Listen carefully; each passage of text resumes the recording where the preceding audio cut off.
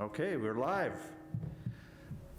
Welcome to the bridge update for August, Red Wing Bridge Project. I'm Jay Owens, City Engineer, here with Mark Anderson, MnDOT, Project Manager for the project. And Mark, we probably only have maybe one more update left, huh, for September?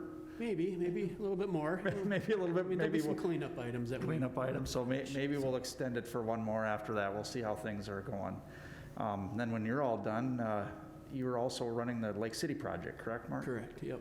So what's the, is that through next year then, one more year? No, that'll finish this in October. That will should be finish done, yeah. October, okay. October completion date. Things are going well down there? Yeah, they are. We're getting ready. As soon as we get the signal for Lion Avenue, we'll get that south end opened up here probably mid-August. So. Okay.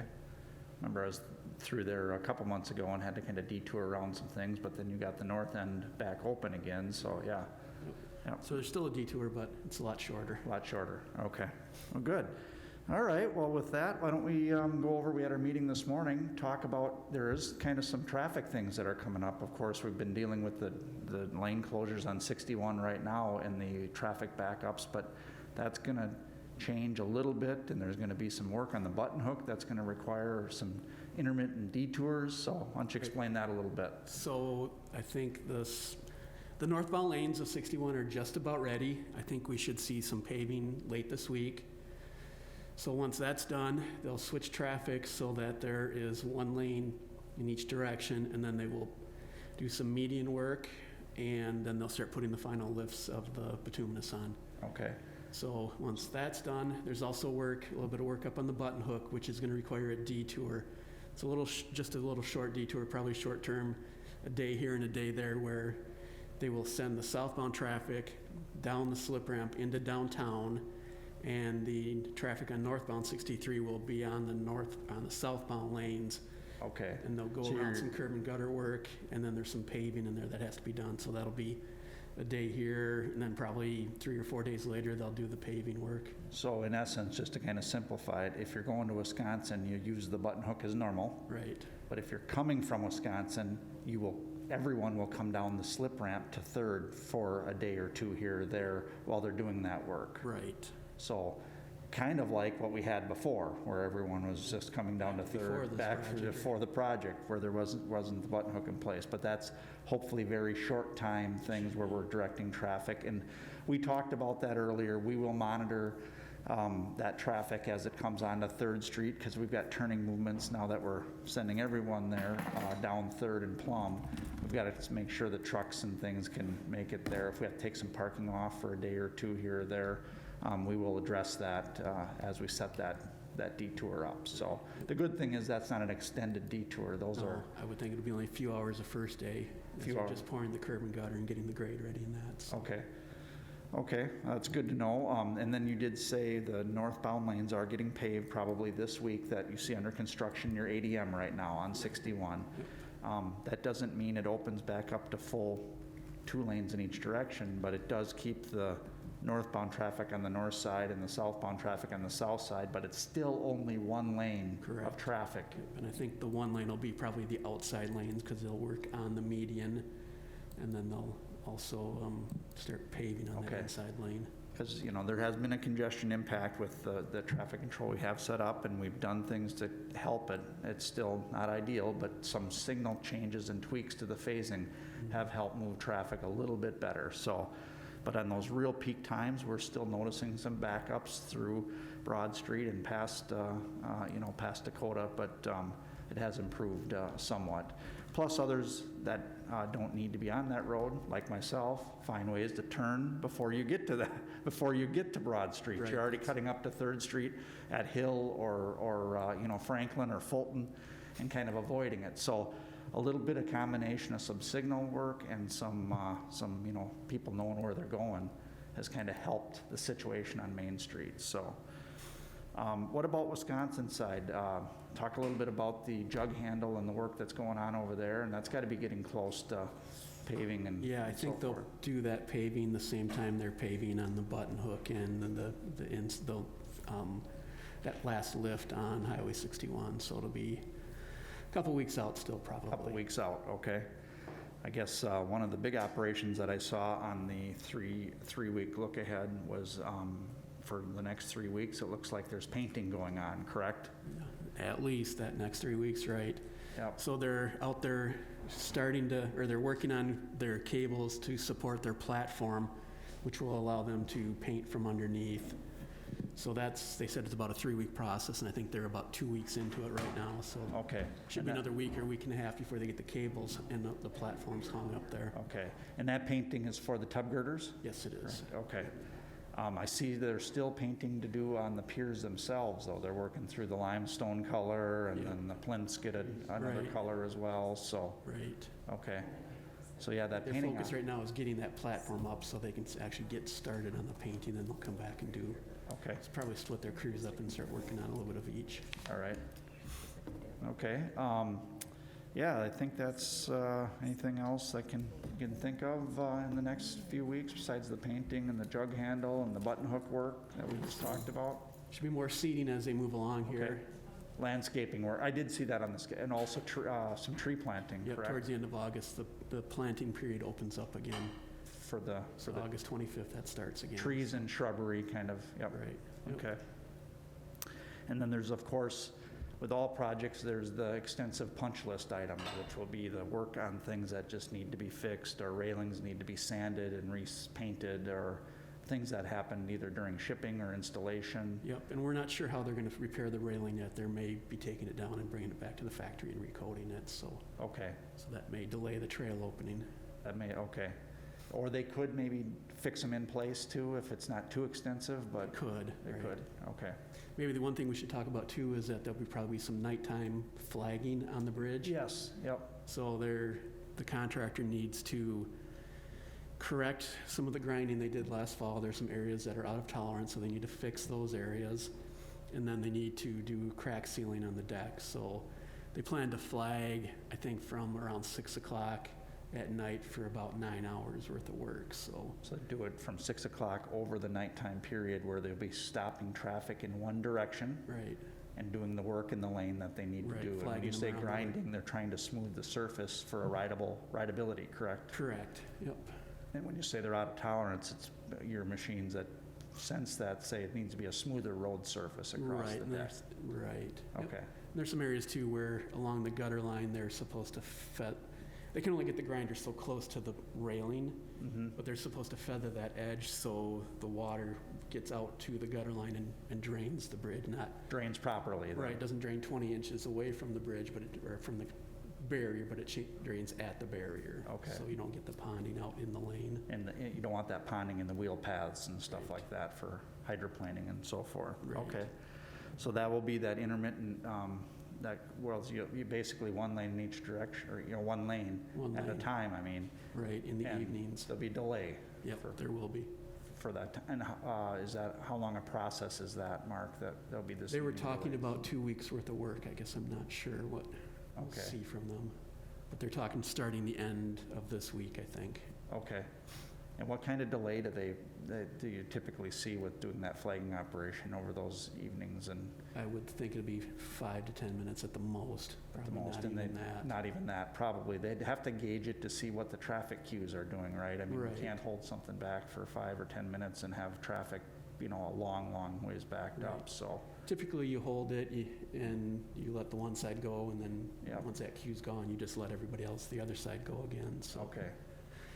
If it's busy in one direction, they obviously can, they'll let that side run more than the other direction. Okay, good. I'm glad you brought that up as well, that there is going to be that starting here. And once they get started, they'll just keep going until they're done with that operation, right? I believe so, yes. For a couple weeks. All right.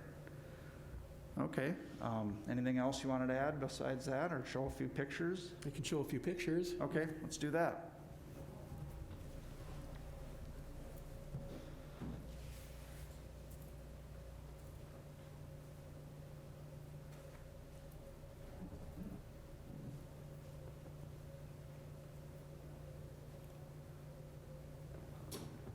So this is a picture underneath the bridge. It's a little difficult to see on the screen, but what they're doing here is they're hanging the cables in between the tub girders, and that's how that platform will hang off those cables. It'll be like a corrugated metal decking that is just made there for the workers. There won't be anything else on it, just workers. Mark, will those cables then be removed, or is All that, that'll be removed. that'll all of their false work will be removed? Not, okay. What, talking about painting the bridge, Mark, when would the next time that maintenance would have to come back in and do a painting on the bridge? Typically, we go around 20 years, but hard to say. You know, Yeah, it all depends. okay.